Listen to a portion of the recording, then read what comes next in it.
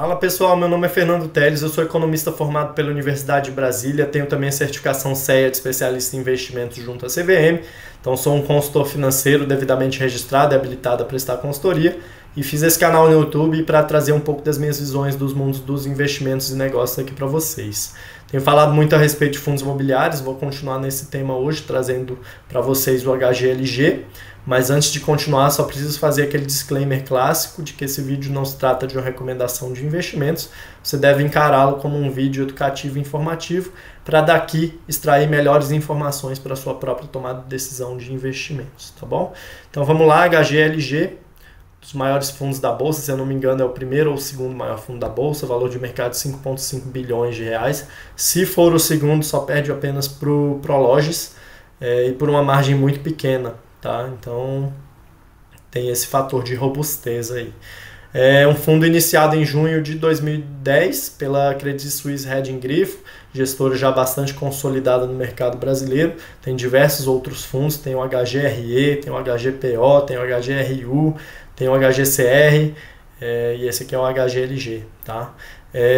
Taxa de administração de apenas 0,6% sobre o valor de mercado do fundo, taxa bastante competitiva, e é um fundo que já passou por 9 emissões desde sua criação lá em 2010.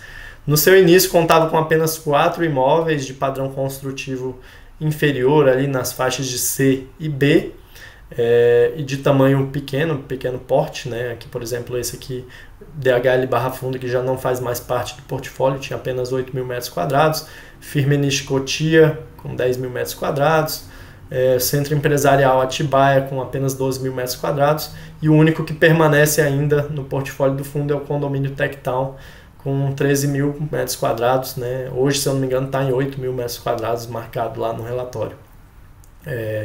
Os outros edifícios foram vendidos, né? A estratégia do fundo mudou, evoluiu ao longo desses últimos anos, e pelos gestores não fazia mais sentido manter esses imóveis em carteira. Tá? Hoje a carteira do fundo conta com 24 imóveis, de grande maioria padrão construtivo AAA, A+, né? Na verdade, padrão construtivo A+, mas de qualquer forma tem aí ainda alguns edifícios mais antigos. Tá? Ao longo de sua história o fundo realizou 9 emissões constantemente, né? Todo ano a gente vê praticamente uma nova emissão e emissões grandes. Aqui, por exemplo, em 2018 a gente teve a 4ª emissão no valor de 540 milhões de reais, a 5ª emissão em 2019, 550 milhões de reais, 6ª emissão em 2020, quase 1 bilhão de reais, 7ª emissão, quase 500 milhões de reais em 2021, 8ª emissão em 2022, 300 milhões de reais, e em 2023 realizou a maior emissão de um fundo imobiliário da Bolsa Brasileira, 1,6 bilhão de reais, e já destinou boa parte dos recursos na aquisição de bons ativos aí no perímetro 30 km, no raio 30 de São Paulo, tá? Que é uma das regiões mais nobres do mercado logístico brasileiro. Como são muitos imóveis, 24 imóveis, eu não vou falar de todos, como normalmente eu faço nos vídeos. Eu vou falar apenas dos mais desafiadores no momento, tá? Estou gravando esse vídeo aqui em outubro de 2023. Os que têm a maior nível de vacância são o HGLG Betim, o Techtown, que é um desses remanescentes aí do início do fundo, com apenas 8 mil metros quadrados, e o São José dos Campos, tá? HGLG São José dos Campos, padrão construtivo B. Como eu disse, o fundo migrou a sua estratégia, hoje tem boa parte da sua alocação em ativos de médio para grande porte e de excelente padrão construtivo, tá? A grande maioria padrão A+, tá? Vamos lá então falar dos edifícios, dos ativos desafiadores. Tem esse aqui em Betim, que é um padrão AAA, um ativo muito bom, mas que está aos trancos e barrancos aí com o inquilino, não está conseguindo manter um inquilino. Acredito que por azar, né? Mais por azar do que por falta de competência ou qualquer coisa. Tá? Betim é uma região ali próxima a Belo Horizonte, tá? A região metropolitana de Belo Horizonte, uma zona industrial e logística já bastante consolidada, tem como referência a fábrica da Fiat, se eu não me engano é a maior fábrica da Fiat do Brasil, então não é uma zona aventureira, já é uma zona consolidada. Hoje está com 2%, se eu não me engano, apenas de taxa de vacância, então é uma região bastante aquecida. e muito provavelmente esse imóvel do fundo em algum momento será alocado, porque é um imóvel de padrão construtivo AAA, excelente, em uma boa região também. O problema é que ele foi adquirido, acho que em 2019, já alocado 100% para o Walmart, né? O Walmart, algumas pessoas devem saber, deixou suas operações no Brasil, e logo em seguida o inquilino que entrou foi a B2W, né? Subsidiária da Lojas Americanas, que está passando aí por grandes problemas financeiros, né? Está até em recuperação judicial. Então, por esse motivo, o fundo, o edifício, né? O imóvel em Betim, tem apresentado essa vacância alta, tá? Porque realmente é um imóvel de excelente padrão construtivo. Capacidade de piso 6 toneladas por metro quadrado, pé direito 12 metros, tem sprinklers, tem zona de segurança, monitoramento, enfim. O outro imóvel do fundo desafiador também é o São José dos Campos. O mercado de São José dos Campos ali fica a mais de 100 quilômetros de São Paulo. A empresa mais conhecida da região é a Embraer, tá? Então, basicamente a economia ali gira em torno da Embraer e dos seus fornecedores.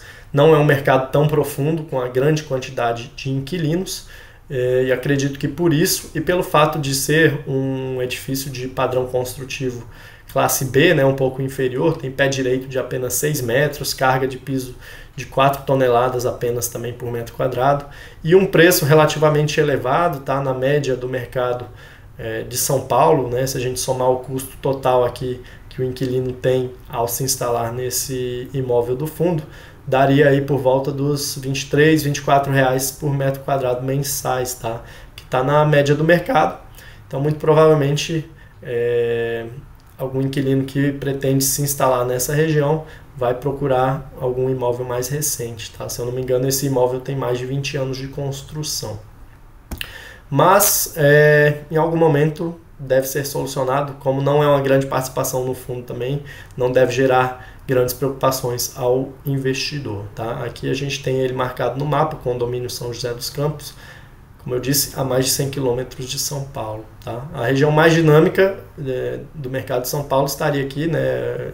Guarulhos, São Paulo, e Cajamar e Campinas, tá? Então essa é a região prime do mercado logístico brasileiro, beleza? Techtown, como eu falei, é um imóvel que está desde o início do fundo. A BL, né, área bruta locável de apenas 7.750 metros quadrados. Aqui ele marca como edifício classe A, no outro relatório marca como classe C. Eu vou encarar como classe C, tem pé direito de apenas 4 metros, né, de altura. E o custo também de locação é elevado, aí, acima dos R$ 40 reais por metro quadrado. Tá? Muito provavelmente a gestora vai vender esse ativo em algum momento, porque ele já não apresenta tanta relevância mais para o fundo. O fundo tem esses 24 imóveis, com uma diversificação muito boa, tá? Não apresenta uma dependência de um imóvel exclusivamente, e tem uma diversificação regional também bastante interessante. Tá? A maior exposição é no mercado de São Paulo, mas é porque é o mercado mais amplo do Brasil, mas aí tem outros imóveis também, tanto em Minas Gerais, Rio de Janeiro, Santa Catarina e lá em Pernambuco. Passando aqui para dar uma visão do mercado em geral, aí, do mercado logístico, a gente tem aqui níveis de estoque, vacância e média de preço das diferentes regiões do Brasil. O mercado logístico está bastante aquecido, como a gente pode ver pela taxa de vacância das diversas regiões, tá? Com exceção da região sudeste, todas apresentam vacância abaixo dos 10%, região sudeste com vacância de 11,6%, que também é uma vacância muito baixa, tá? Que já gera uma pressão de oferta, então tem muitos novos empreendimentos surgindo nas diversas regiões. Isso tudo em algum momento, né, daqui a 1, 2, 3 anos, vai gerar uma nova oferta, que caso, né, a demanda não acompanhe, pode gerar um aumento na taxa de vacância. Tá? Isso faz parte dos ciclos do mercado imobiliário e é importante, mais do que tentar prever ciclos, né, estar alocado em um fundo, em uma carteira de fundos e de imóveis que consiga sobreviver a esses diversos ciclos. Tá? Então aqui a gente percebe também de outra maneira, a taxa de vacância veio caindo desde 2019, saindo ali do patamar dos 18%, hoje na média do mercado brasileiro, 10%. Isso tudo gera uma pressão nos preços, tá? Os preços médios pedidos por metro quadrado saíram ali da faixa dos R$18 por metro quadrado em 2019 para R$22 por metro quadrado, tá? É um aumento aí de 25%. Bom, essa é a situação atual do mercado imobiliário logístico. Aqui a carteira do fundo, a composição é basicamente nos imóveis físicos, tá? 4 bilhões e 500 milhões de reais do patrimônio líquido do fundo está alocado em imóveis diretamente, mas ele tem uma certa exposição aí, quase 400 milhões de reais em fundos imobiliários. Tem também investimentos em renda fixa imobiliária, né, em CRIs e LCI, que tem um benefício fiscal para o fundo imobiliário investir.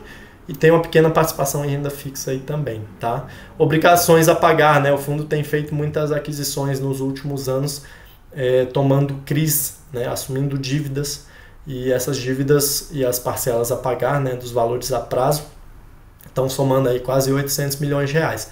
Mas se a gente for ver, né, com relação ao patrimônio líquido total de 5 bilhões e 200 milhões de reais, 800 milhões de reais não é uma proporção muito grande, né? Fica aí na faixa dos 13% do patrimônio líquido do fundo, tá? Então é um endividamento super saudável, estrutura de capital bastante robusta, tá? Obviamente é preciso acompanhar como vai se desenvolver essa alavancagem nos próximos anos, até porque nos anos passados, né, 2, 3 anos atrás, a alavancagem ficava na faixa dos 5% apenas do valor do patrimônio líquido, já subiu aí para quase 13%, tá? Então a gestão está fazendo aquisições um pouco mais arrojadas, né, mais alavancadas. Então é importante o investidor saber acompanhar essa dinâmica para ver se o fundo não vai se expor muito a dívidas.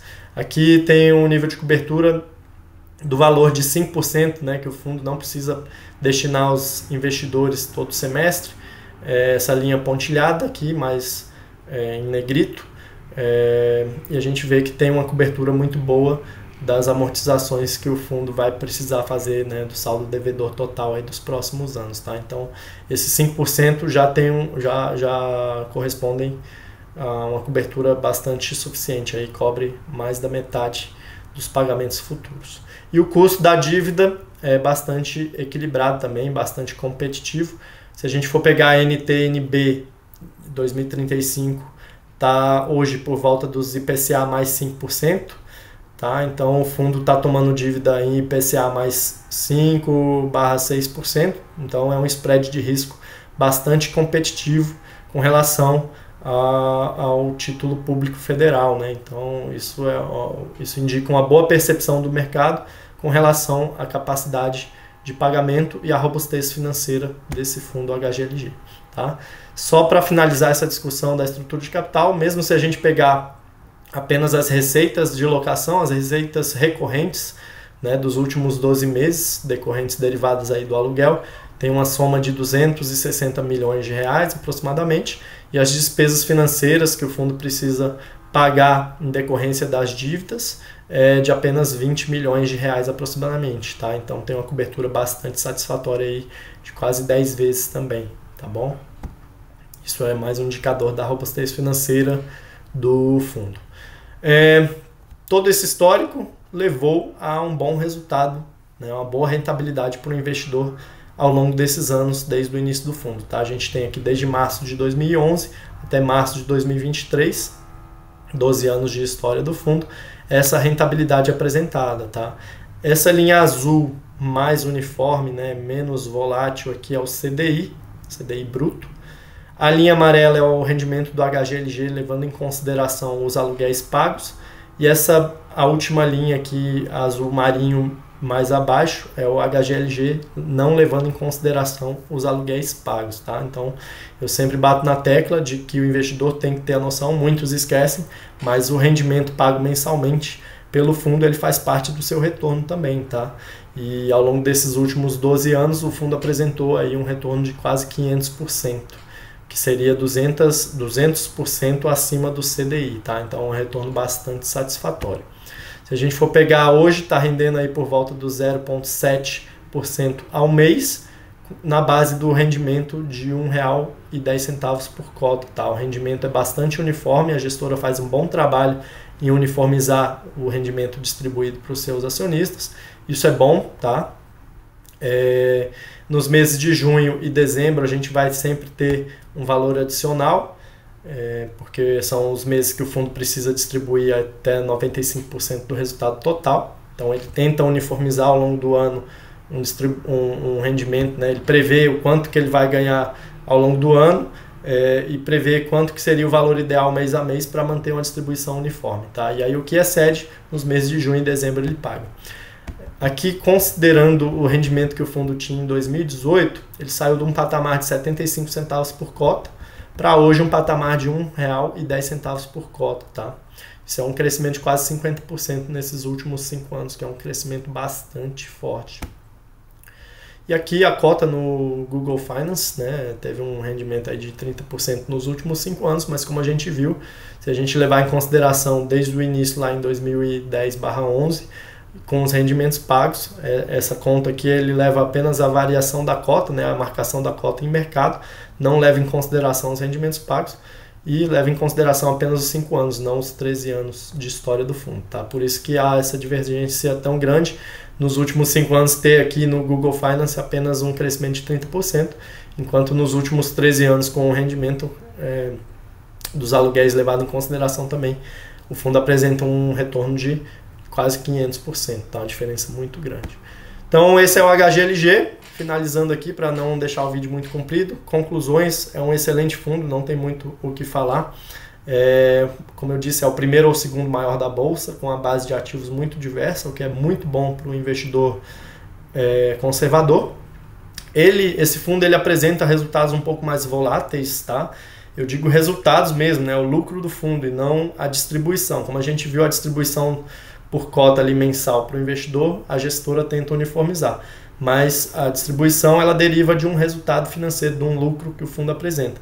E esse lucro é um pouco mais volátil, tá? E tem alguns fatores que justificam isso. O fundo tem uma pequena participação, acho que até 14% do seu patrimônio líquido ele faz em desenvolvimento imobiliário, tá? Já tem um bom histórico de bons desenvolvimentos que fez ao longo desses anos, tá? A própria equipe do fundo.